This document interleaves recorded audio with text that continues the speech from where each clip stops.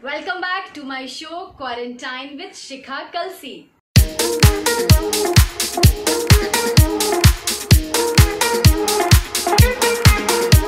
मैं अपने शो में आपको मिलवाती आई हूँ डिफरेंट पर्सनालिटीज से। तो आइए इसी को कंटिन्यू रखते हुए आज मैं आपको मिलवाने जा रही हूँ टीवी सीरियल के एक जाने माने चेहरे से। आपने इनको देखा होगा एक बहुत ही हिट सीरियल गुस्ताख दिल में, कलर चैनल्स के बहुत ही हिट शो उड़ान में। इन्होंने फिल्म्स और एड्स में भी बहुत अच्छा काम किया है और कर रही हैं। तो आइए मिलते हैं सपना मदान जी से। सपना मदान जी, मैं आपका बहुत बहुत स्वागत करती हूँ मेरे शो क्वारंटाइन विद शिखा कलसी में। Thank you Shikha, thank you so much. सबसे पहले मैं ये जानना चाहूँगी कि आपका एक्टिंग की फील्ड में कब और कैसे आना हुआ? ये तो एक बहुत ही लंबी स्टोरी है actually. Basically I am from Delhi और पहले ऐसा कुछ था नहीं और हमारे तो जनरेशन्स में ही कोई इस एक्टिंग में कभी इस फील्ड में है ही नहीं। My father was a gazetted officer और brother was working with Lufthansa airlines, तो ऐसा कुछ था ही नहीं background. And I am BA तो एक टिपिकल होता है ना एक थिंकिंग पेरेंट्स की कि ग्रेजुएशन कर लो फिर B.Ed कर लो, घर भी संभाल लोगी, बच्चे भी संभाल लोगे। It was like that. But कहीं ना कहीं मुझे ऐसा लगता है कि जब मैं पढ़ाई भी करती थी तो मेरे अंदर एक छोटा सा एक्टर कहीं ना कहीं छिपा हुआ था, क्योंकि कॉलेज टाइम में मैंने थिएटर वगैरह किए हैं, ड्रामास किए हैं और काफ़ी पार्टिसिपेट करती थी इन चीज़ों में। बट हमारे घर में एकदम वही स्टडीज़ का माहौल था, तो बस पढ़ाई को ही लेके बहुत ज़्यादा सब लोग वरीड रहते थे, तो इस तरफ कभी देखा ही नहीं। And I was very good in dancing also, but कभी पेरेंट्स ने भी इस चीज़ को लेके सपोर्ट नहीं किया। I am talking about 30-40 years back. तब इतना ज़्यादा एक्सपोजर भी नहीं था, हम लोग बस वही अच्छा घर में पढ़ाई करनी है, कॉलेज जाना है, घर आना है, that's it, end of the story. But हाँ, जब मेरी शादी हो गई मिस्टर राजेश मदान से, जो आज की डेट में एक अच्छे कैमरामैन है, जब उनसे शादी हो गई तो मुझे थोड़ा थोड़ा कहीं ना कहीं बोलते हैं ना एक चीज़ आपके अंदर दबी हुई है, वो धीरे धीरे उभरना चाहती है, लेकिन उसके लिए भी एक चांस चाहिए आपको। तो वो चांस की वेट कर रही थी मैं। So we got married in 98, then we shifted to Mumbai. फिर राजेश ने अपना काम किया इस फील्ड में, अपना कैमरामैन, वो अच्छे कैमरामैन बने। तो मैंने 2 बच्चे हुए हमारे और सब कुछ ठीक अच्छे से चल रहा था, एकदम टिपिकल हाउसवाइफ। फिर पता नहीं ऐसे कभी मुझे एक बार ख्याल आया ऐसा, एक्चुअली मेरे बच्चे बहुत गुड लुकिंग है by the grace of God. तो किसी ने मुझे सजेस्ट किया कि आप बच्चों को ऐड वगैरह के लिए ट्राई करिए, तो एड्स में बच्चों का अच्छा स्कोप है। मैंने कहा ठीक है, तो मैं ऐसी बच्चों को लेकर जाने लगी ऑडिशंस एंड ऑल, आपको पता है रामनगर, महाड़ा, ये सब जगह जगह। तो वहाँ मैं जाने लगी तो वहाँ मुझे लगा कि कुछ मदर्स मेरी एज की भी लेडीज़ आई हुई है। तो कहीं ना कहीं मैं बोल रही हूँ ना आपको, मेरे छिपा हुआ था और वो निकलना चाह रहा था, लेकिन एक मौका ढूंढ रहा था। तो बस एक दिन ऐसे ही हस्बैंड से, मेरे हस्बैंड बहुत सपोर्टिव है, ऐसी एक दिन बात हुई, मैंने कहा मैं बच्चों को लेकर जाती हूँ। तो बट मुझे ऐसा लगता है कि मैं भी ट्राई करूँ क्या, क्योंकि वो फीमेल्स जब ऑडिशन देती थी ना, मेरा ऐसा दिल करता था she is not doing good, I can do better than her. तो एक मैं उठ के जाऊँ क्या, एक वेट होती थी कोई कॉल करे कि आप आ जाओ, आप बोलिए, लेकिन वो वेट हो जाता है ना कि आप वेट करते हो।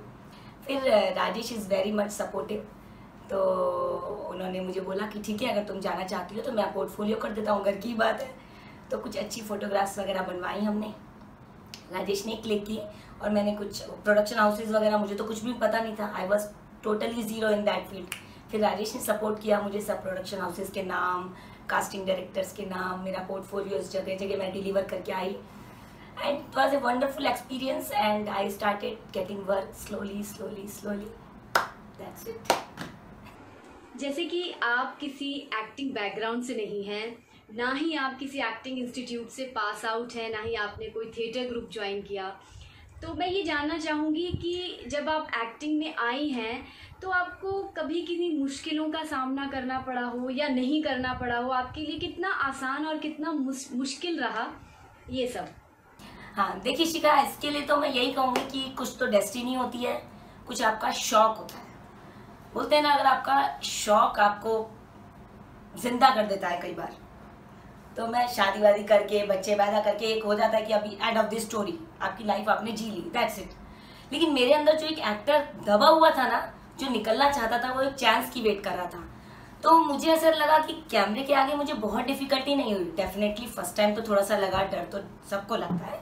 आज की डेट में बड़े से बड़े एक्टर को मैंने देखा है, फंबल भी करते हैं, सब करते हैं। और जब मास्टर्स आपका अच्छा हो जाता है, मास्टर शॉट आपका बहुत बढ़िया जाता है, लेकिन जब आपके क्लोज लगते हैं तो डेफिनेटली आपकी बैंड बजती है।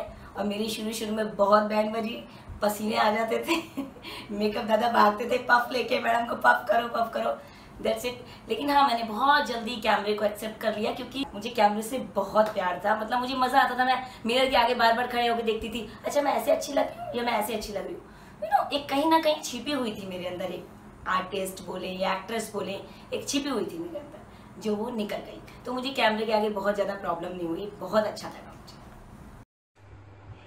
बीइंग अ वुमेन, अगर आप एक्ट्रेस नहीं होती तो क्या आप हाउसवाइफ होती, या कुछ और आपके अंदर टैलेंट है, कला है, आर्ट है, जिसमें आप जाती और उसमें अपने करियर को स्टैब्लिश करती? ये बहुत ही ट्विस्टेड क्वेश्चन पूछा है आपने देखिए, ख्वाहिशें तो बहुत होती है इंसान की, ये ना होती तो वो जरूर होती, ये ना होती तो वो जरूर होती। लेकिन ठीक है, मेरी बहुत सारी ख्वाहिशें नहीं है, लेकिन हाँ, एक्ट्रेस नहीं होती अगर, तो शायद मैं एक अच्छी टीचर होती, बहुत अच्छी टीचर होती। बिकॉज मैंने दिल्ली में भी 5 साल टीचिंग की है, after completed my B Ed and all. I have taught for 5 years in Delhi. And you know, बच्चे मेरे फैन थे, मतलब घर तक आ जाते थे। अगर कुछ कल्चरल प्रोग्राम वगैरह प्रिपेयर कराना था तो मेरा डिस्टेंस बहुत कम था घर का और स्कूल का, तो बच्चे मेरे घर तक आ जाते थे प्रिपरेशन कराने की, सपना मिस के घर चलते हैं, वहाँ हम लोग तैयारी करेंगे। And I was like totally involve. मुझे ऐसा लगता था शायद वो चीज़ तभी से थी मेरे दिमाग में। जैसे हमारे स्कूल्स में होते थे, हाउसेज वगैरह होते थे, तो सपना जी ये आपका हाउस है, आपको प्रिपेयर कराना है, 100-150 बच्चों का एक बेंच आता था।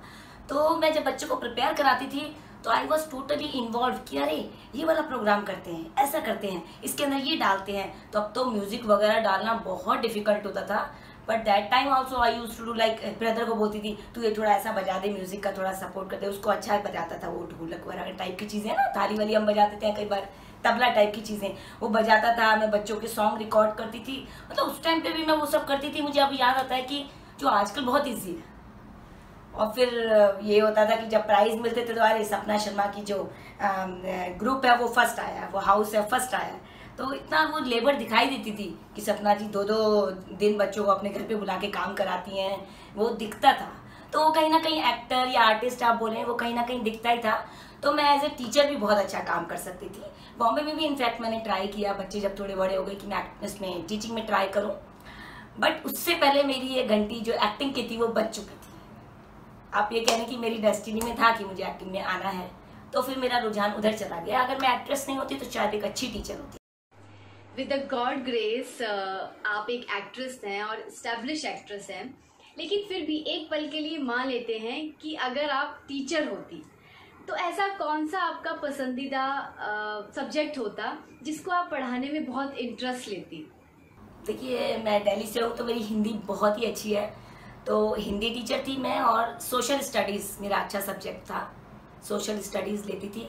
और बाकी क्योंकि मेरा कल्चरल प्रोग्राम्स में बहुत इंटरेस्ट हुआ करता था, तो मुझे एक फील्ड में पूरा दे दिया गया था कि ये फील्ड आपका है, बच्चों को कल्चरल प्रोग्राम कराने हैं, बच्चों को कोई सॉन्ग तैयार कराना है, independence day, Republic day, what ever, तो सपना जी करेंगी वो तैयारी। तो वो एक फील्ड मेरा अलग था। आप एक एक्ट्रेस हैं और आपके हस्बैंड भी सेम इंडस्ट्री से हैं, तो जब आप दोनों ही शूटिंग पे होते हो तो आप घर कैसे मैनेज करते हो? बच्चों की स्टडीज़, खाना पीना, उनका ध्यान रखना, तो कैसे होता है ये सब मैनेज?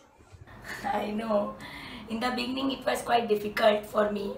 यू नो, बच्चे जब मैंने 10 साल पहले काम शुरू किया था तो बच्चे काफ़ी छोटे थे, तो थोड़ी डिफ़िकल्टी होती थी।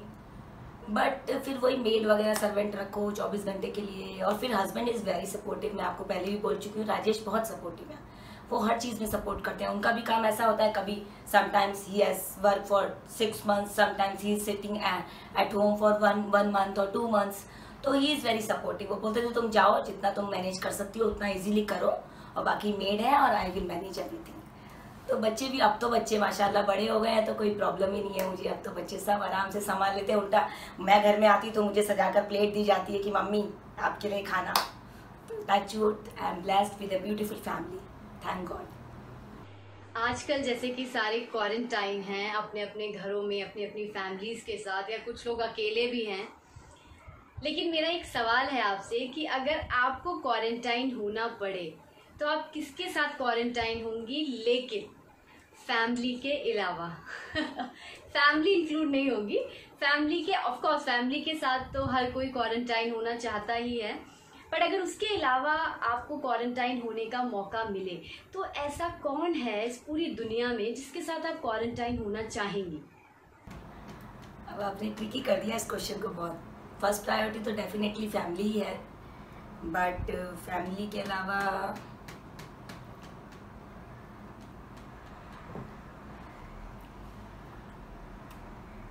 अब ऐसे आप पूछेंगे तो मुझे माधुरी दीक्षित जी बहुत पसंद है। आई जस्ट लव हर। तो अगर ऐसा कुछ हो, कोई चमत्कार हो जाए कि माधुरी दीक्षित जी मेरे घर में आए, तो I want to be with her all the time. Madhuri Dixit ji ही क्यों? Because I love her. मैं बचपन से उनको बहुत फॉलो करती हूँ, उनकी चीज़ें पता है एक्ट करके देखती हूँ, उनके जैसे हेयर स्टाइल बनाती हूँ, तो मुझे बहुत पसंद है। और मेरा एक ख्वाब भी है कि मैं माधुरी जी के साथ एक काम करूँ, ज़रूर करूँ, चाहे एक छोटा सा ऐड करूँ, लेकिन ज़रूर करूँ। अभी तक मौका नहीं मिला है, 10 साल हो गए, but still I am waiting. God is great, एक दिन ज़रूर मिलेगा। मुझे बहुत पसंद है माधुरी जी। इंशाअल्लाह आपका ये ख्वाब ज़रूर पूरा हो। अच्छा, कोई ऐसा इंसिडेंट जो कि आप अपनी लाइफ में कभी भुला ना पाई हो, कोई भी स्कूल डेज का, कॉलेज डेज का, पर्सनल आपके बच्चों के साथ लाइफ का, या फिर आपकी शूटिंग डेज का, एनी इंसिडेंट? ऐसा किस्सा मेरा इंडस्ट्री से रिलेटेड है। काफ़ी टाइम से काम कर रही हूँ मैं, 10 साल हो गए।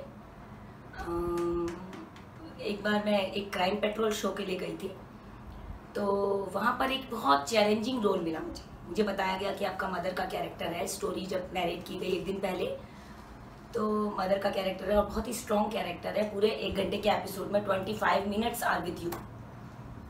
सो उस टाइम इतना ज़्यादा एक्सप्लेन नहीं किया, लेकिन जब मैं पहुंची सेट पे तो मेकअप दादा आ रहे हैं, असिस्टेंट डायरेक्टर आ रहे हैं, क्रिएटिव्स आ रहे हैं, सब यही बोल रहे हैं, मैडम ये रोल बहुत चैलेंजिंग है, आपको बहुत अच्छे तरीके से करना है। और डायरेक्टर का नाम मैं भूल रही हूँ, कोई तो पंजाबी डायरेक्टर थे। ही इज़ वेरी फसी, ही इज़ वेरी चूजी। अगर आप ठीक से नहीं करेंगे तो वो हो सकता है वो पैकअप भी कर दें। वो इतना डरा कर चले गए ना वो सब लोग, मुझे आप मानेंगे नहीं। मैं ये सोच रही थी कि आज मुझे आना चाहिए था या नहीं आना चाहिए था शूट के लिए। बट यू नो, वही मैंने कहा ना कहीं एक आर्टिस्ट है जो, मैं कहीं ना कहीं एक भूखी भी थी उस रोल के लिए कि मुझे एक ऐसा रोल मिले कि मैं जाकर बस फाड़ दूँ, होता है ना। लेकिन अब जब लोग इतना डरा देते हैं तो आपकी कहीं ना कहीं बैंड भी बजी होती है। यार मैं ओवर कॉन्फिडेंट हो तो रही हूँ कि पर वहाँ जाकर पूरा कर पाऊंगी या नहीं। मैं गई थी, अच्छा सा रोल था, एक बहुत प्यारा सा रोल था, मैं उसको कभी भूल नहीं सकती। मेरी बेटी दिखाई थी 16-17 साल की, और उसमें सीन था कि मैं एक ड्रग एडिक्ट हूँ। अब ड्रग एडिक्ट तो मैंने कभी इतना देखा नहीं था। एक फैशन फिल्म में देखा था कंगना जी को, उनकी एक्टिंग बहुत अप्रिशिएट की थी सबने, तो वही देख के मैं उसको थोड़ा रिकॉल कर रही थी, कहीं ना कहीं रिकलेक्ट करने की कोशिश कर रही थी कि क्या करना चाहिए। और उसमें मेरा सीन ऐसा था कि मेरी बेटी कॉलेज से आई है, मैं उसको खाना खिला रही हूँ बड़े प्यार से, but I want to take money from her to get some drugs and all. तो मैं उसको बड़े प्यार से खाना खिला रही हूँ और उससे पैसे लेने की कोशिश कर रही हूँ, बट वो भी समझ रही है कि मॉम आज इतना प्यार क्यों कर रही है मुझे। तो वो एकदम वो कहती नहीं, पैसे तो मेरे पास नहीं है। और सडनली जो मुझे एकदम बिखर जाना था ना, बेटी को मार रही हूँ पकड़ के, फिर हस्बैंड आ जाते हैं, जो हाथ में होता है वो दे के मार देती हूँ।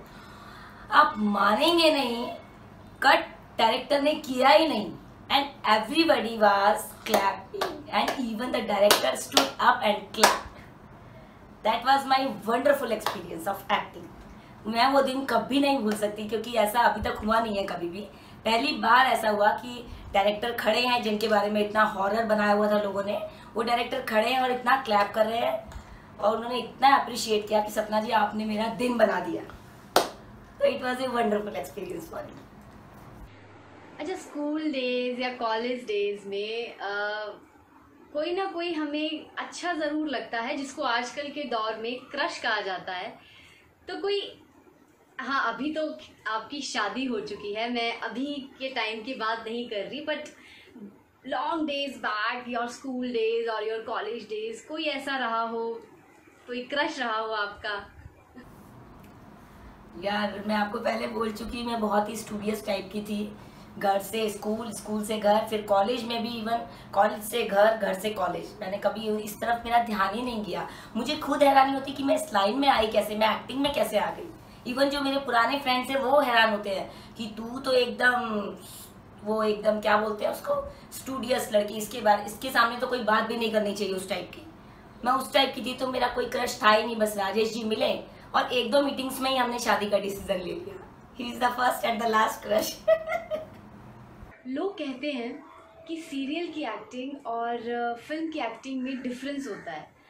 टेक्निकल पॉइंट ऑफ व्यू से तो नहीं मैं जानना चाहती हूँ, बट क्या कभी आपको ये डिफरेंस नज़र आए? क्योंकि आपने सीरियल्स भी किए हैं, आपने फिल्म्स में भी एक्टिंग की है, तो क्या आपको कभी लगा कि कुछ डिफरेंस होता है एक्टिंग सीरियल में और फिल्मों में एक्ट करने के दौरान?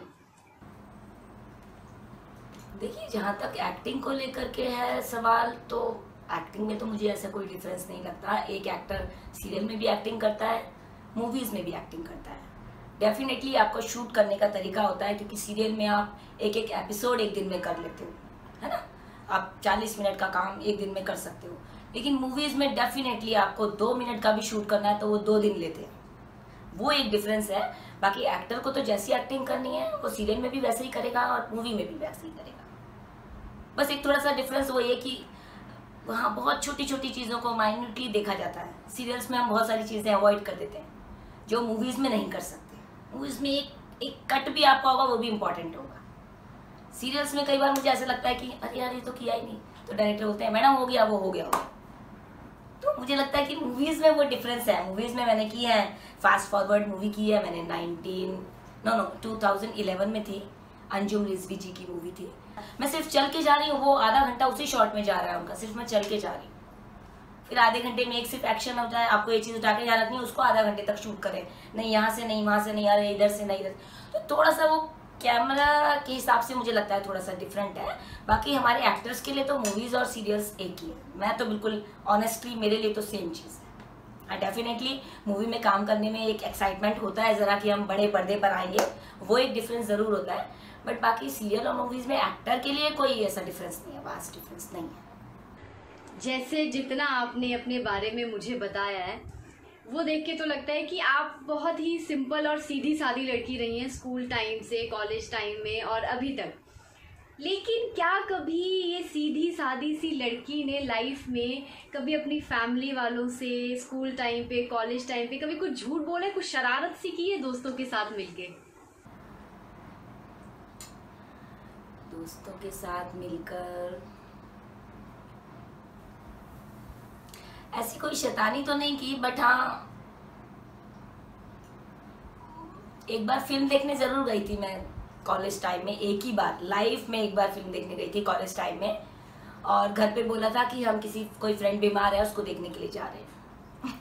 ऐसा नहीं था कि घर पे कोई मना करता था, बट एक होता ना, मैं बहुत अच्छी लड़की थी तो मैं गंदी बनना नहीं चाहती थी कि मम्मी को लगेगा ये फिल्म देखने लगी। एक ऐसा मेंटालिटी थी सबकी कि ये तो गंदी बन ही नहीं सकती। तो मैं ये बोल के नहीं गई कि मैं फिल्म देखने जा रही हूँ, मैं ये बोल के गई कि एक फ्रेंड बीमार है उसको देखने जा रहे हैं। वो एक ही बार झूठ बोला था, मैं उसके बाद नहीं। आप किसी को मिस करती हूँ, हमारे शो के माध्यम से उन्हें मैसेज देना चाहती हूँ, सो प्लीज।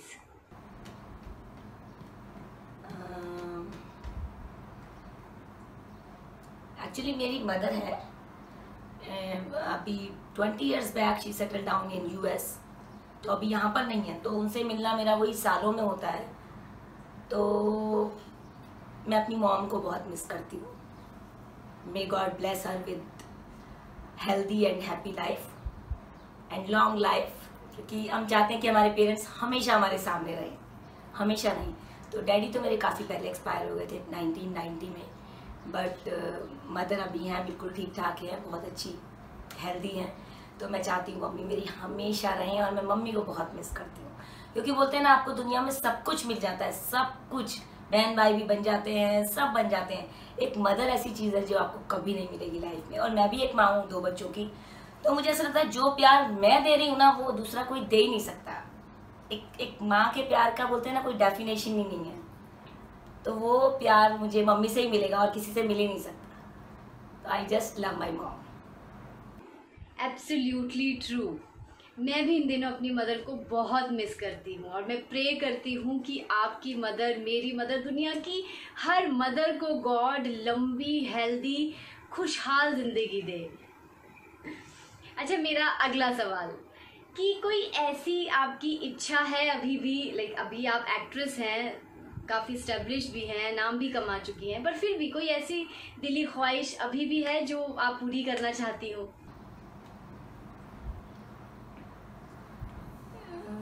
मेरी दिल से इच्छा है, एक्टिंग तो ठीक है चलती रहेगी, मरते तक काम करते ही रहेंगे हम लोग। एक्टिंग में तो बड़ा रोल, छोटा रोल, मूवी में रोल, टेली फिल्म्स और ये वेब सीरीज, ये सब चल रहा है, कर ही रही हूँ काम मैं 10 साल से कंटिन्यूस।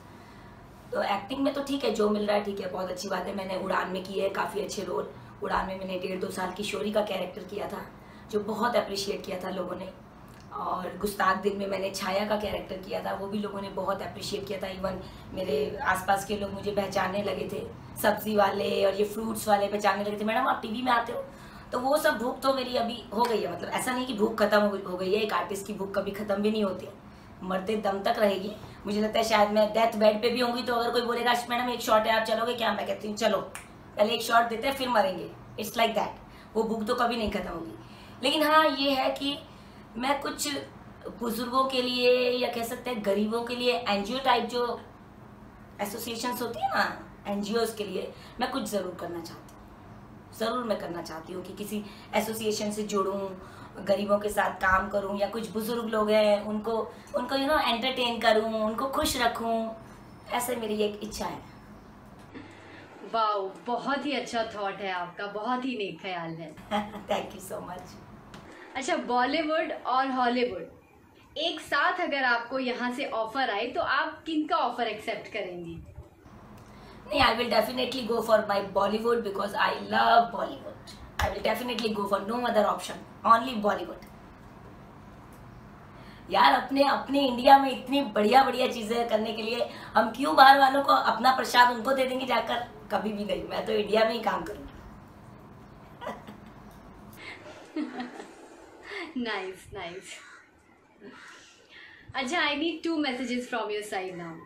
एक मैसेज तो एक्टर्स के लिए, गर्ल्स के लिए, बॉयज़ के लिए जो एक्टिंग में अपना करियर बनाना चाहते हैं, और दूसरा मैसेज जनता के लिए जो कि इस क्वारंटाइन डेज में कुछ लोग खुश भी हैं, कुछ लोग डिप्रेस्ड भी हैं और बहुत सी चीज़ें, बहुत से इमोशन से भी जूझ रहे हैं। तो कोई एक ऐसा मैसेज दो आप देना चाहें उनको।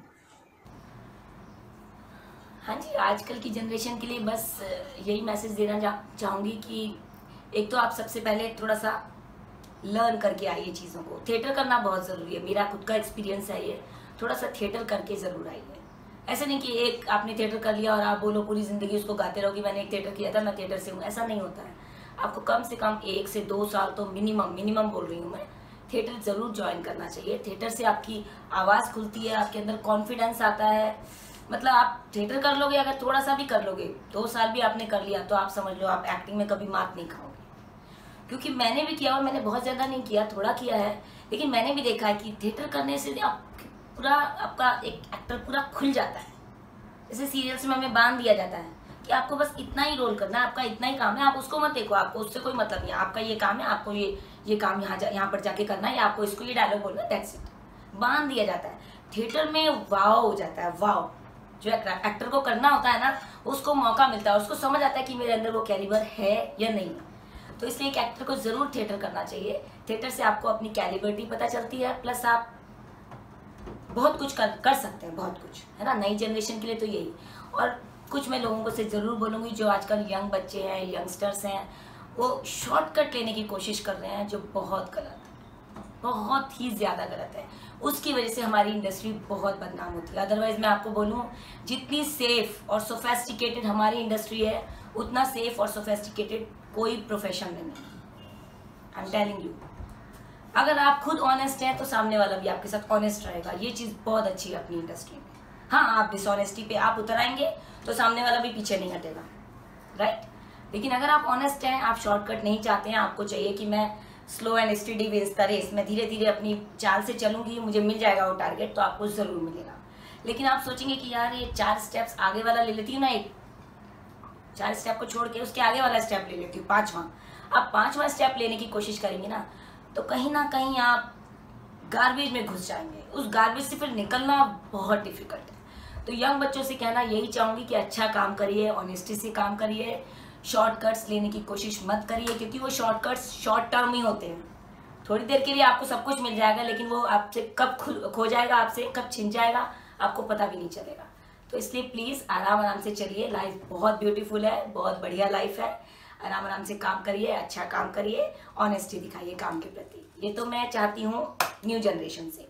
और रही बात दर्शकों की मेरे को एक चीज़ हमेशा चुभती है। शायद मैं भी जब छोटी थी, आई मीन जब इस लाइन में नहीं आई थी, तो मैं भी सिर्फ हीरो हीरोइन को देखती थी मूवी या सीरियल जो भी है।